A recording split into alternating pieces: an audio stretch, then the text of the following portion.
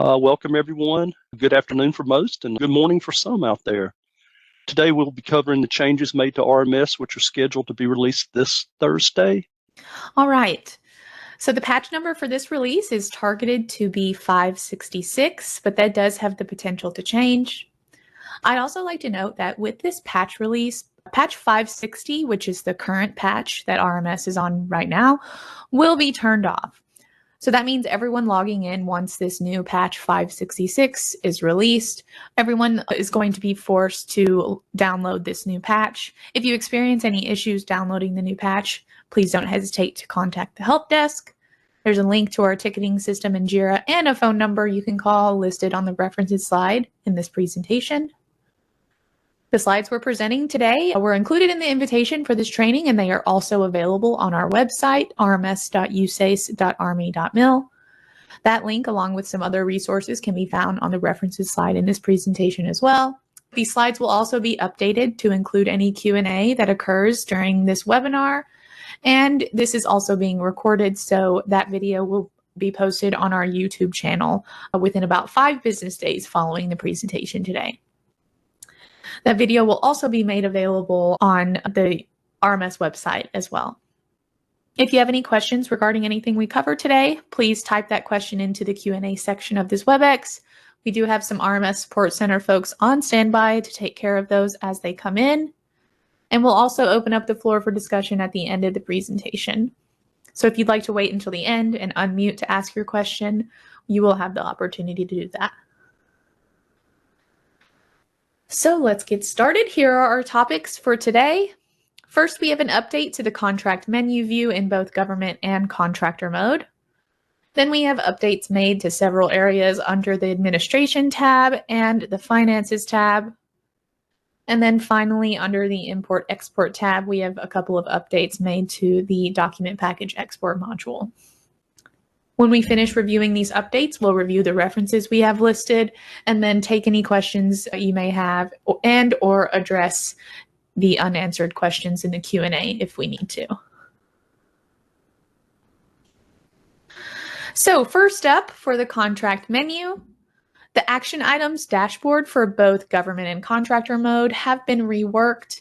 The contract status metrics are now displayed here instead. This is the view in a government mode's contract menu. The RFI, change requests, submittals, and deficiencies data will be displayed here at a glance. This dashboard is going to show the count of open and closed items as it relates to each of those areas. The submittals box has an overdue count instead of closed. And there's also an average days to close value that shows in a couple of boxes there. And that's going to reflect how many days it usually takes to close an item in that area. The submittals box also has the completed and resubmittal rates, which provides a summary of the progress of submittals and also gives an idea of how often resubmittals are occurring. And here is the contractor mode view of the updated contract status metrics dashboard. The preparatory meetings, submittals, and deficiencies data is displayed here at a glance as well. The difference here in the contractor mode view is that, of course, the preparatory meetings box shows instead, and that box reflects the percent completed for those meetings. Moving on, we'll look at the administration updates, starting in the Prime Contractor module. The Add Prime Contractor from Entered Info button is now going to work as it is intended to. This button takes all the information that's been entered in this screen and creates a new Prime Contractor within the district. After clicking on that button, a prompt will come up to add the name of the Prime Contractor and the DUNS code. This is not going to prompt for the UEI code, but once the Prime Contractor has been added to the district, that can be edited as needed in the Prime Contractors module at the district level in the district office menu. Once that's confirmed, RMS will also present an Add Contractor Staff Member window where the first user can be added to the Prime Contractor staff. Please keep in mind that we do recommend that the first user added for a Prime Contractor staff should be added as an administrator user. However, also, if you'd like to wait to add any staff, then this window can be canceled out of and the prime will still have been added to the district. I'd also like to quickly note that only those with the appropriate district rights will be able to use this button. At a minimum, this is going to require both contract rights as well as the district right to the prime contractors module in that district office menu. Next up is for the contract file module. A new contract folder structure has been established in the contract file module, and any documents that already exist in contracts will have been updated to accommodate this new structure. We have mentioned these updates before, and another part of this effort included removing contract archiving. That archiving process is not going to be returned in this release. However, that should be back in our next following patch release after this one. However, that plan is also subject to change, but that's the plan for now. If you have any questions regarding this update, please either contact the help desk or, of course, you can ask about it today, and we'll do our best to address whatever we can as it relates to this update.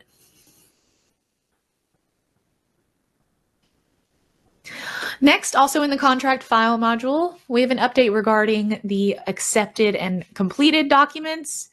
Any of those documents can no longer be edited and or removed.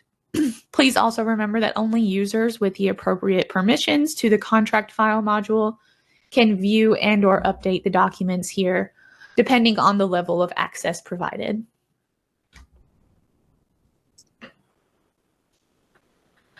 Moving on to correspondence. This update also impacts the contract notification control module.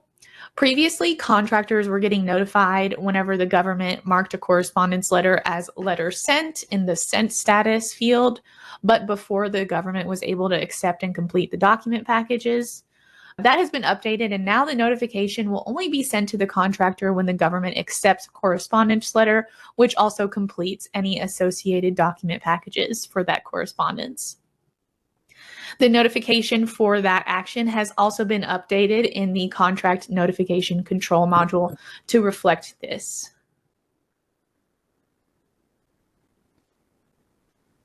We've got another update that impacts the contract notification control module.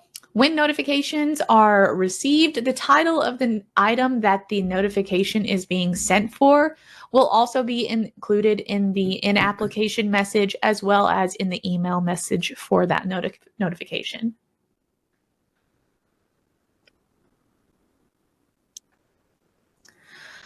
Next, also in the contract notification control module, the transmittal review completed by secondary reviewer notification is now also going to include the name of the secondary reviewer, both in the in-application message as well as in the email notification.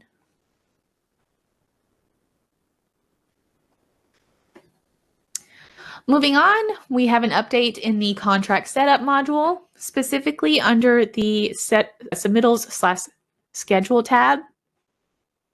When the contractor schedule type for a contract is set to the import early and late start/finish dates from the contractor's NAS option, this new do not allow contractor to manually add features of work checkbox is going to be available along with that first checkbox.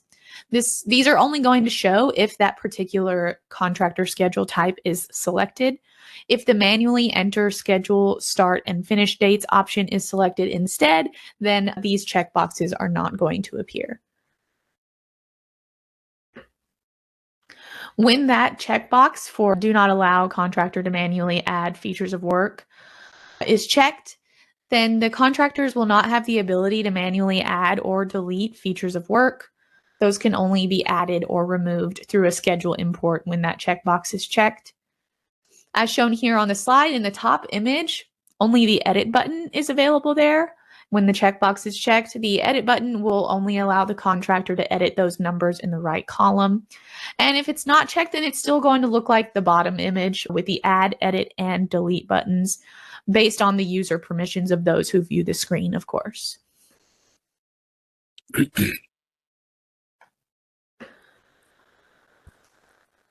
Moving on, Next up is going to be the request for information module. Government RFIs have been modified so that the contractor RFI tab is no longer included, and this updated view is only going to contain the fields for a government RFI. The viewable by contractor checkbox is also included in that view so that government users can choose to have it viewable by the contractor or not. If the RFI is made available to the contractor to view, add the information approved for the contractor to view into the information requested box, as the contractor will be able to see that information. Next, still relating to RFIs, the government signature box on the RFI form has been updated to now display as the COR/ACO signature.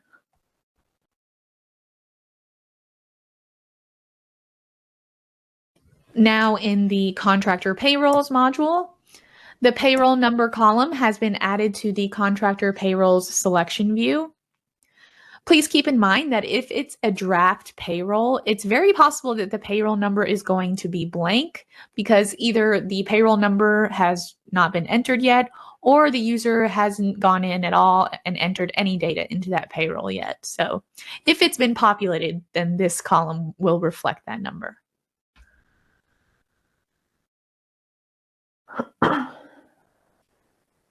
Now we'll look at updates made in the Finances tab, starting in Progress Payments. This first one is pretty significant to the display of progress payments. To make progress payments easier to view for users with both smaller and bigger screens in contractor mode, we've modified the list of activities users can request earnings off of in the Requested Activity Earnings tab to display more than just 2 activities at a time. This view can also be resized, so it works on multiple different screen sizes, large monitors, small monitors, medium monitors, and it's going to modify itself and display the number of activities according to whatever the screen size may be. So this screen is just going to show more information as your screen size adjusts.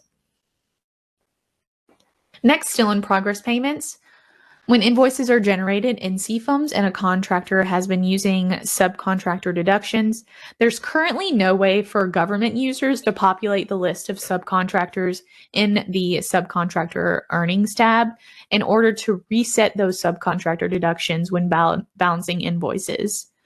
Balancing invoices can be quite difficult without seeing all of the subcontractors associated in this case. So now the sync button is available in the subcontractor earnings tab in the government's view of progress payments. And this button will put the list of the subcontractors in the contract and also the last deducted amounts. This makes it where you don't have to go back to the previous invoice to see what those amounts are. It should just do it for you here. But of course, it doesn't always hurt to double check. One thing to note is the sync button is not going to pull in the previous subcontractor payments, and it's also not going to pull in the previous subcontractor amount included in this estimate. That column shouldn't be pulling in anything, and the previous amounts are also not going to be pulling anything. That's okay, because the next time the contractor goes in and starts a new payment, all they have to do is check that update previous subcontractor payments checkbox shown in this view as well, and they'll be able to update these values to the correct amounts. Also, a quick side note I'd like to mention, there should never be any negative values entered in the subcontractor earnings deducted by contractor column. Let me highlight that real quick. In this column, there should never be any negative values entered there. This is an amount that will be deducted.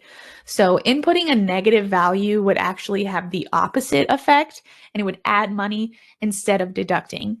If that is showing in this column a negative amount, please contact the contractor to make corrections to that.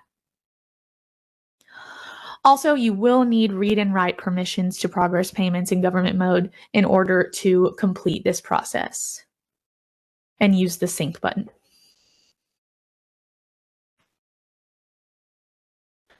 Next up, this is an update to the obligation payment status column text under the Obligations tab. We've updated these to be more accurate in reflecting what's actually going on with regards to the accruals, the available for earnings, and the earnings by obligations amounts. Also, there was an error message that we updated to be more descriptive and instead say confirm earnings amount for any negatively entered obligations. Previously, the message that was displayed there could have been misinterpreted, so now this statement is more accurate. Next, we have an update in the contract changes module for the UCO or unpriced change order definitization change request. When creating that type of change, the corresponding mod type code D for UCO definitization bilateral mod will be assigned to this type of change by default.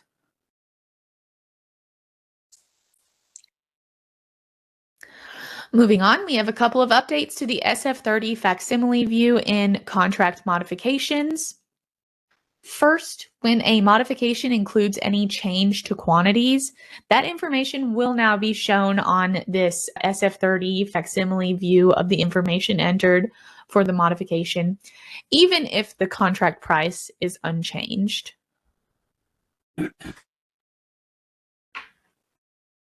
The next update made to this view is for the contractor signature required checkbox selection, or block 13E.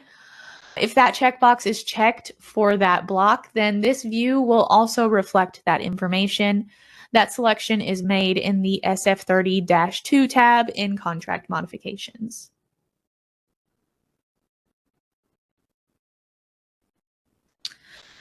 And now we come to the final set of updates we have to review for today's training. These are going to be in the Document Package Export module. First up, the filter by date range capability has been added in this screen. So when making selections throughout the screen, the filter by date range selection can also be used to only export the desired documents from a specific period of time. And then, of course, this parameter can also be used on its own to export any documents in a contract from a specific period of time, and that's it. That time period can be specified by using the calendar date pickers that appear when that filter by date range checkbox is checked.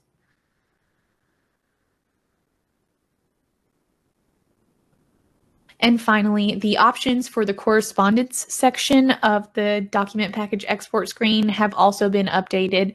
We updated these to be just a little more descriptive as it relates to what will actually be exported when selecting these options.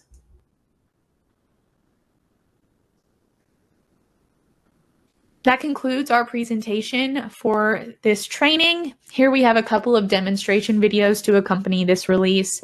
There's one reviewing that manual FOW entry during SDEF upload update, and also one for the new sync button in the government's view of the subcontractor earnings tab in progress payments. We also have our last brown bag training linked there as well. And then at the bottom, of course, we have the usual links that we include in all of our slides for the RMS website and YouTube channel, our JIRA service desk link to put in a ticket to the help desk, and the phone number to call into the help desk. Please keep in mind that if they are unable to answer your call and you leave a voicemail, they will call you back from the help desk. And also, please make sure to put in a ticket with us directly if you have a question or an issue with RMS, not CEIT. We'll be able to help you out a lot quicker. And finally, a link to the CM Knowledge Library in the Construction Management Administration application, or CMA squared, is listed as well. And feel free to unmute and ask a question, or you can even still just type your questions if you would like. We will still be able to address those as well. Hey, can I ask you to review the change to the RFI screen, please? Certainly. Can you go back to that slide for me, please? Yes, we'll do. Let me find it. Sorry. There it is. What's your question about this? I'm wondering if it shows you shows that change the updated screen is going to have a government RFI, but does this override where we see contractor RFIs? No, it won't. So in the normal contractor started RFI, it will present exactly the same way as it does right now. There is no change to the contractor driven RFIs. This is only for when the government initiates an RFI in government mode. That's the only thing that's going to change here. Okay, gotcha. I misinterpreted that. I thought the contract RFI screen would change, but this is only for government generated RFIs. Correct. Okay, thank you very much. You're welcome.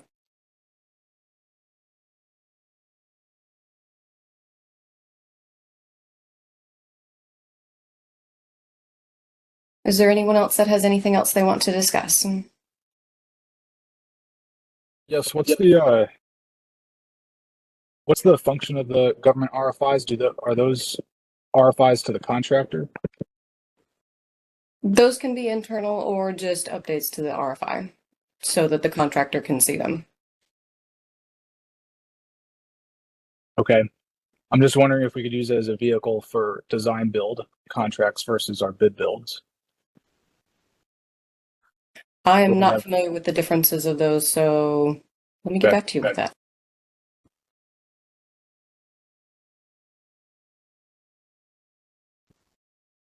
I got a question for the action item, the control action item.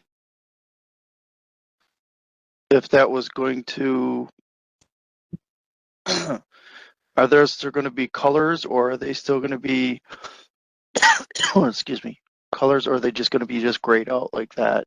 And is there going to be a list of what you can still choose off of a list? So the colors are not going to be there. It's just going to be grayed like you see it. For what you are referring to, the action item control, that is still there. And that is for the report that is in the document package. Oh, sorry, not the document package, the contract reports module.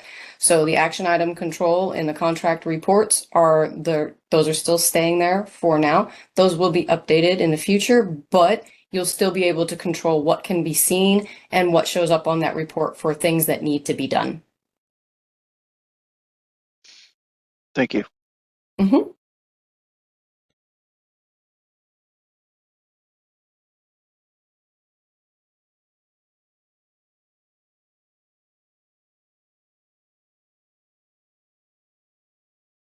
Do we have any more questions?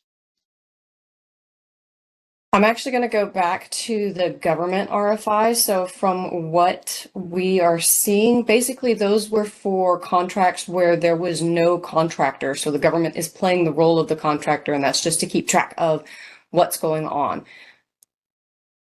I'm sure they could be used for other things. Talk with your districts and districts' policies to see how you guys could utilize this. Any other questions or comments? Just to echo that earlier comment, that government RFIs to contractors is a mechanism in design build and a very handy one. So if the functionality could be expanded where a government can actually send an RFI to a design builder, I think that would be very helpful. If you could submit a support ticket, we'll look into that. Sounds good, thanks.